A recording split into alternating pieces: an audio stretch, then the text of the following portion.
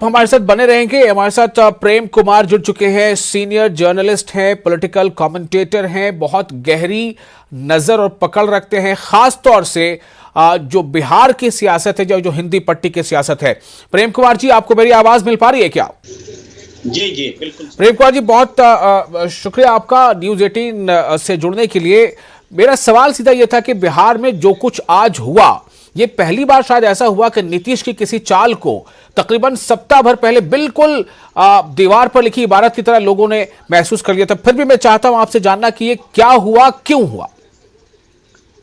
जी विशाल जी, ये बहुत बड़ा सवाल है कि क्यों हुआ, क्या हुआ, ये तो सबको दिख रहा है, लेकिन ये क्यों हुआ, तो इसको हम जानने की कोशिश करें तो इसे समझना भी बहुत मुश्किल नहीं है। इसकी पटकथा जो है, स्क्रिप्ट जो है, वो पिछले विधानसभा चुनाव में लिख दी गई थी। जब चिराग मॉडल सामने आया था, चिराग पासवान जो कि अपने आप को नरेंद्र मोदी जी का हनुमान बताया करते थे, तब भी एनडीए में थे, आज भी एनडीए में है, उनकी पार्टी भी टूट चुकी है, उनके सांसद को भी बीजेपी ने अपनी ओर कर लिया है, इसके बावजूद वो एनडीए में बने हुए हैं। लेकिन उस समय जो उन्होंने राजनीति की नीतीश कुमार को हराने के लिए, उसमें बीजेपी ने सहयोग दिया और लगभग 25 सीटों पर जेडीयू को तगड़ा नुकसान पहुंचाया। तो ये पूरी तरीके से जेडीयू के साइज को कट करने का जो प्रयास हुआ था पिछले विधानसभा चुनाव में, और बीजेपी सक्सेसफुल रही थी, वो बड़ा भाई की भूमिका में आ गई थी।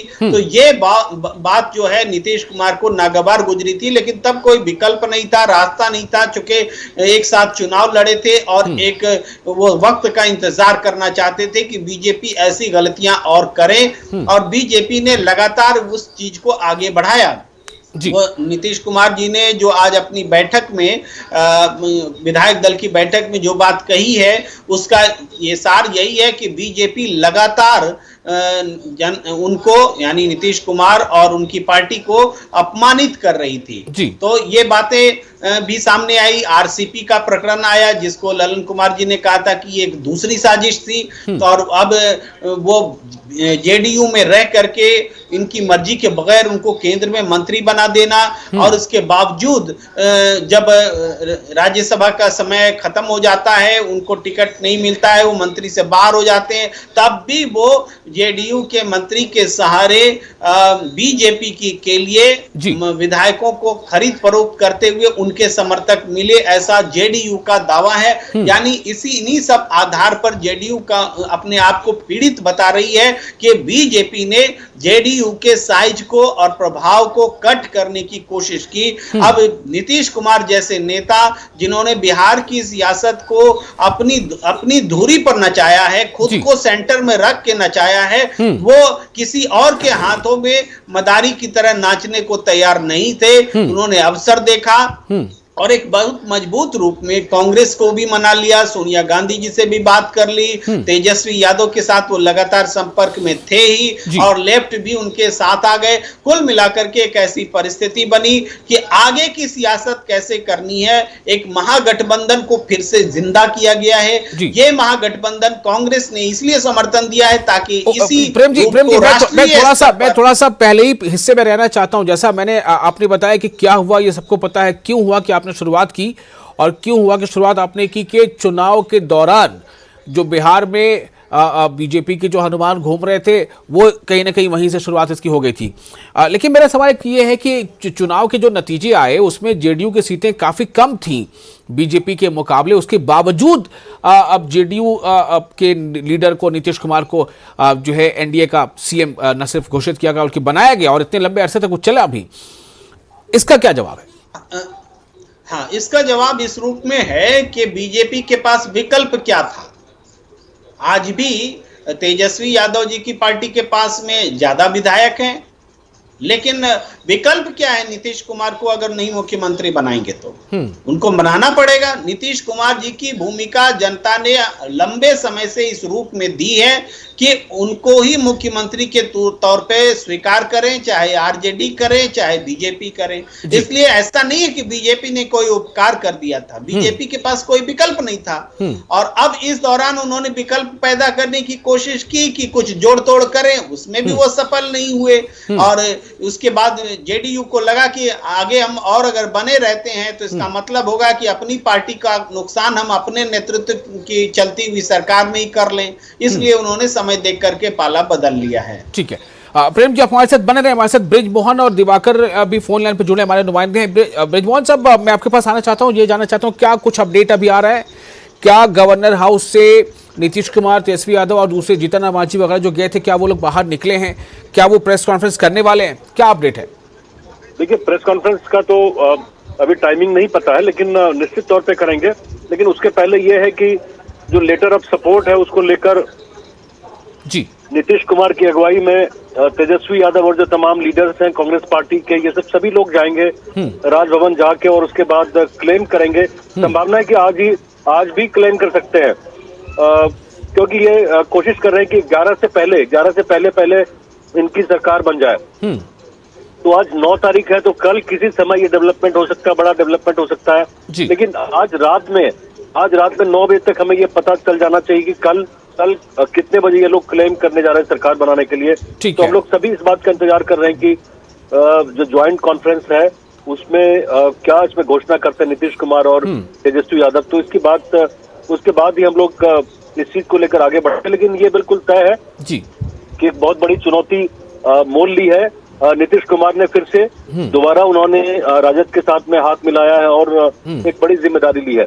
ठीक है, दिवाकर, एक 2-3 खबरें यहाँ पर हैं। एक तो ये कि जीतन राम मांझी ने कहा है कि बगैर जरूरी लगता है, विशाल जी इजाजत दें जी, एक बात टोकना जरूरी लगता है कि क्लेम तो किया जा चुका है, सरकार बनाने का दावा किया जा चुका है जी। और 160 विधायकों का समर्थन पत्र भी दिया जा चुका है। उसमें कुछ और उसमें इजाफा हो गया। प्रेम जी, दिवाकर ने भी बताया हमें कि जीतन राम मांझी की पार्टी ने भी अनाउंस कर दिया कि बिला शर्त हम जो है समर्थन दे रहे हैं, यानी कि 4 और जुड़ गए, 164 हो गए।